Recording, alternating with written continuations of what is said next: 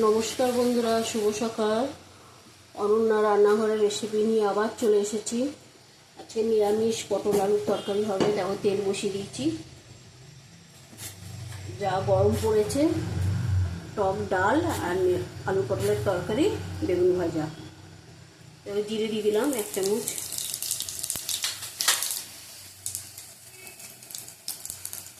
তেজপাতা দিলাম,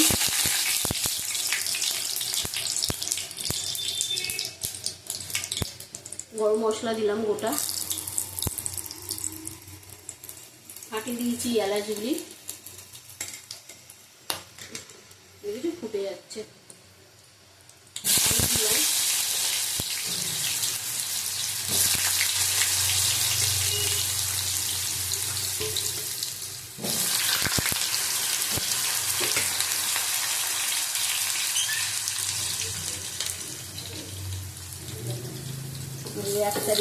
একসাথে সব করে নেবো।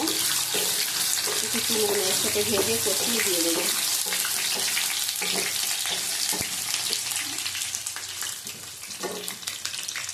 পটল দিয়ে দিলাম,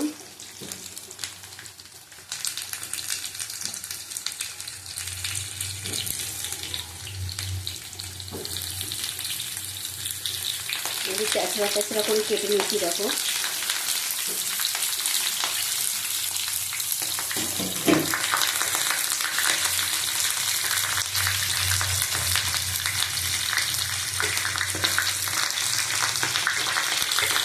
চার 5টা লঙ্কা দিয়ে দিলাম, কাঁচা লঙ্কা ফাটিয়ে নিয়েছি।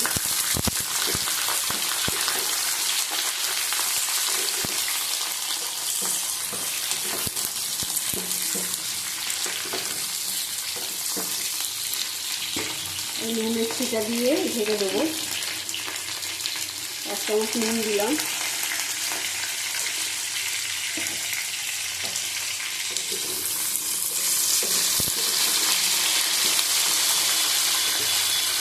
ঢেকে রাখবো। এবার দেখো, পটলটা ভাজা হয়ে গেছে। আমার পটল আলু দুটো ভাজা হয়ে গেছে। এই মশলা দেবো,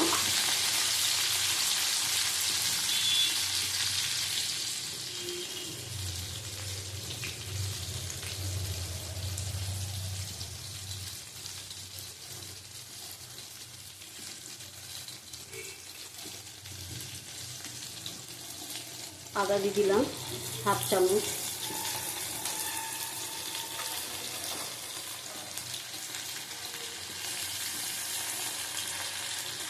জিরে গুঁড়ো দিলাম 1/2 চামচ,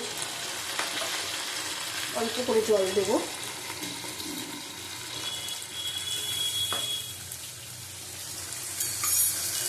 তাহলে মশলাটা ফুলে যাবে।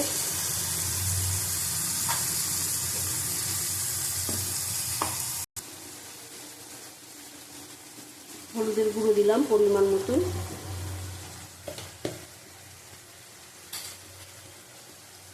কাশ্মীরি লঙ্কার গুঁড়ো দিলাম ছোট চামচের 1 চামচ দিলাম,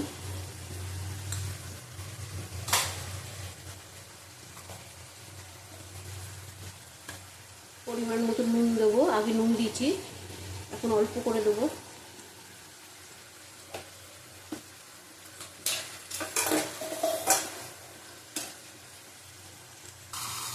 এবার একটা টমেটো দিয়ে দিলাম, গোটা একটা টমেটো দিয়েছি, দিয়ে ভালো করে কষিয়ে নেব।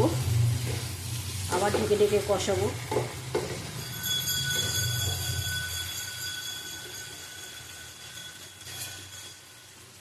ঢেকে দিলাম,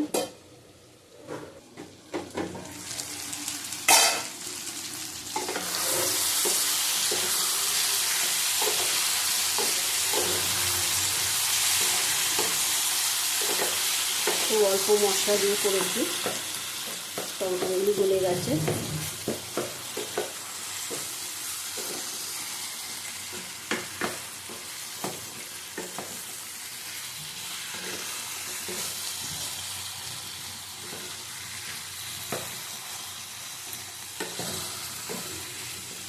জল দিয়ে দেবো, অল্প করে জল দেবো।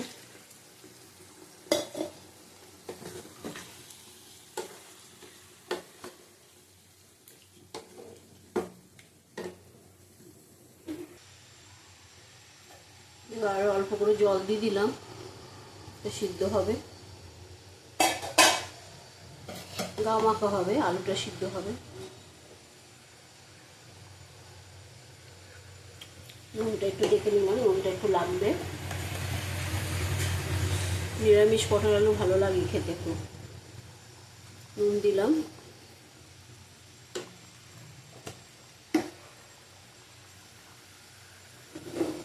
আবার ঢেকে রাখবো।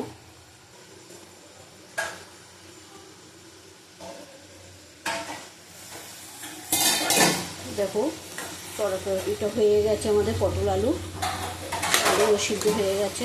নামিয়ে নেবো এবার।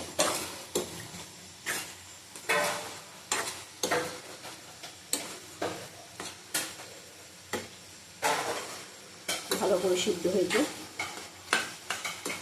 গরম মশলা দেবো না, আমি একটু ঘি দেবো। 1 চামচ ঘি দিয়ে দিলাম, বেশি দেবো না, 1 চামচই দেবো। এবার নামিয়ে তোমাদের দেখাচ্ছি। আর একটা জিনিস দেওয়া বাকি আছে,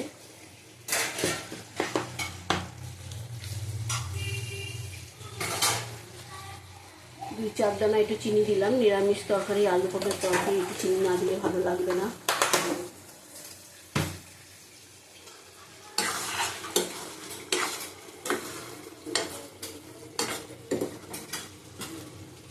তোমাদের নামিয়ে দেখাচ্ছি।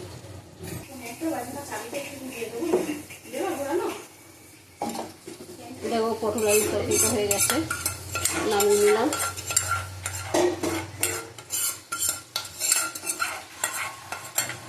নিরামিষ পটল আলু তরকারি ভালো লাগে, এইভাবে করে খাবে একবারেই। টাটা। অনন্যা রান্নাঘর যদি ভালো লাগে দেখো তোমরা।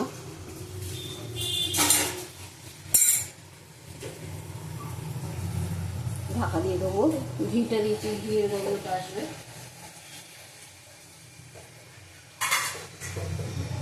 ঢাকা দিয়ে দিলাম, আবার কালকে আসবো।